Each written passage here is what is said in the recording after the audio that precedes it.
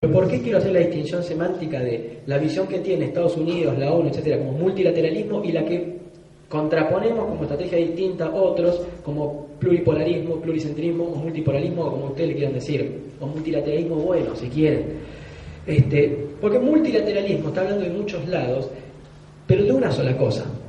Y es exactamente lo que aboga, por ejemplo, también ya que estamos hablando de Zbigniew Brzezinski, en su último libro, Supremacía Global o Dominio Global. Él dice que Estados Unidos no puede dominar por sí mismo el mundo porque no se va a poder hacer cargo de la seguridad del mundo. Entonces lo que tiene que hacer es incentivar instancias multilaterales, aprovecharse, como dije antes, de otros poderes, pero obedeciendo a un mismo plan, a un mismo plano, pero repartiendo, digamos, pedacitos de la torta, darle de comer un poco a los demás, pero con el objeto de utilizarlo para poder administrar este inmenso caos, porque a Estados Unidos le queda grande el dominio del mundo.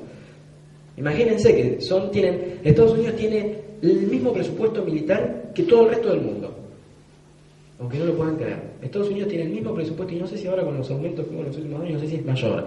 Solamente Estados Unidos tiene el mismo o mayor presupuesto militar que el resto del mundo, y no puede terminar de hacer pie en Afganistán con una tribu prácticamente, como son los talibán. Para que conoce los talibanes sabe que está bien utilizada la palabra.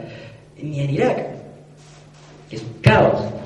Entonces, ¿qué pasa? Estados Unidos va a apelar, o al menos eso dice que primero, la OTAN como cabecera de puente en Eurasia, ya sea a nivel político y militar, y obviamente principalmente militar. La ONU, hay que aprovecharse de la ONU para el diálogo multilateral de resultados políticos por el poder consensuado, aceptado legalmente por los Estados miembros. Es decir, una especie de imperialismo. Esto lo teorizó en realidad mucho antes un inglés. Una especie de imperialismo suave.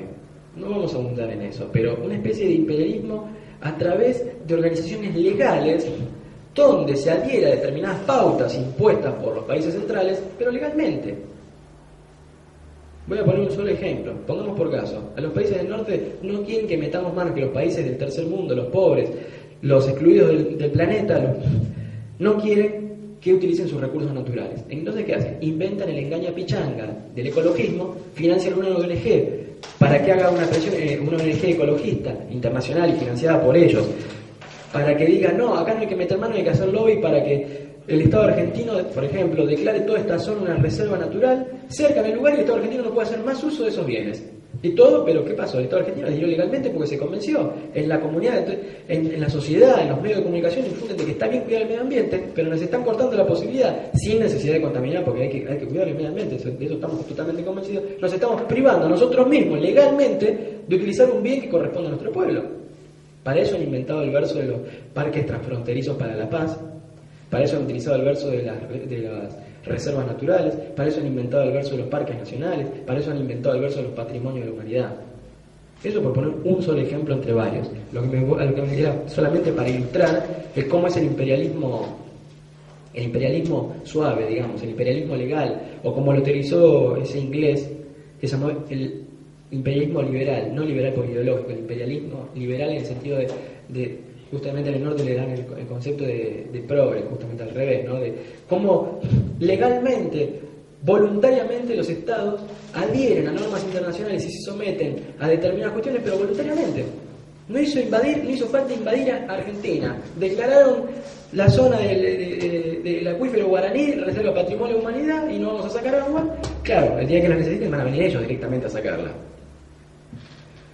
Bueno, contra eso que se llama multilateralismo, que es aprovecharse de los canales de diálogo de las civilizaciones y de las organizaciones multilaterales de crédito, donde un Estado voluntariamente adhiere a las deudas, a los créditos, donde se utiliza la ONU como diálogo multilateral, donde uno justamente voluntariamente adhiere a la ONU, a determinados documentos y se les da carácter de constitucional voluntariamente. Eso es lo que se llama agenda multilateral, que va a ser esa la política a nivel estratégico y eventualmente cuando alguno no quiera, cuando alguno no esté muy de acuerdo ni con lo que dice la ONU, ni con lo que dice el FMI o el Banco Mundial o la Organización Mundial de Comercio o la mar en coche, y bueno, ahí sí, la fuerza militar. Bueno, así que distingamos lo que es multilateralismo según la visión, insisto, de los politólogos del norte como como Zbigniew Brzezinski, de lo que Norberto se le denominaba multipolarismo, que es otra cosa muy distinta, que es alianza con potencias emergentes para poder justamente equilibrar el poder de los países dominantes. Este proyecto de dominación terminaba, y con esto termina esta tercera parte, es justamente este proyecto de dominación terminaría en lo que Norberto Ceresole, retomando una palabra que utilizaría Fukuyama justamente, pero que a su vez Fukuyama tomaría de un pensador marxista que se llamara Alexander Koyev, era el Estado homogéneo universal. Es un Estado que muchos conocerán como, digamos, basado en el igualitarismo, en el cortar cabezas para que todos seamos iguales como postes, donde no existe la tradición, no existe la cultura, no existe el arraigo, no existe el pueblo, no existen ni siquiera las razas, no existen las nacionalidades. Un Estado donde todos son simples consumidores, donde el hombre es un hombre desalmado, donde el hombre es simplemente una tarjeta de crédito o un número, o mucho peor. Eso es lo que él denominaba el Estado homogéneo universal, retomando esta noción donde ya no hay nada que hacer, donde se termina la historia, donde no hay mejora posible y donde se eliminan supuestamente los conflictos, según los teorizadores que defienden el Estado homogéneo universal como Fukuyama. Cuando uno ve el mundo, se pregunta dónde está la eliminación de los conflictos. Pero bueno, para eso también los ideólogos del norte, y es Robert Brown, creo, el teorizador inglés, que escribió esa famosa nota del imperialismo liberal, que dice que, bueno, en realidad no es que se terminaron todos los conflictos. Lo que dice es que el Estado, la democracia liberal de Occidente lo que ha logrado es un estándar que todos deberían imitar, y que sí, efectivamente, como son países tan evolucionados, tan avanzados, han llegado al fin de la historia. No que no haya conflictos menores, sino que los conflictos se resuelven dentro de esa estabilidad, sin ninguna mejora estratégica posible, sin ningún problema grave. El problema dice fuera de los que están fuera de ese ámbito.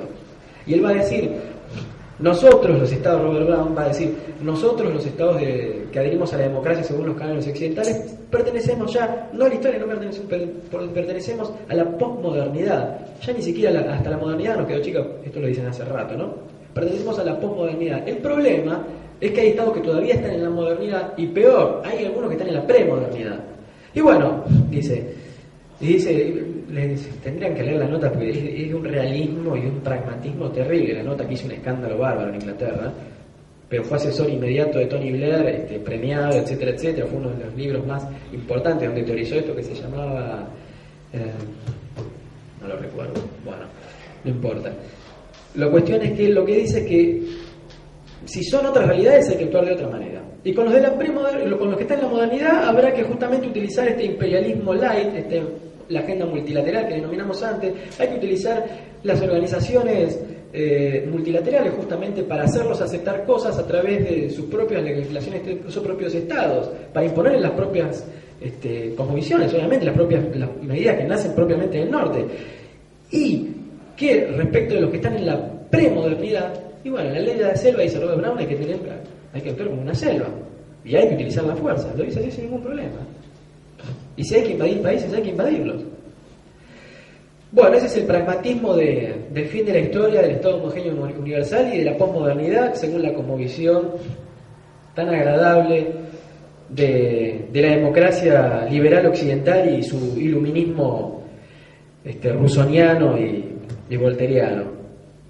Iluminismo racionalista, obviamente, que encuentra sus antecedentes en el Renacimiento, pero tampoco vamos a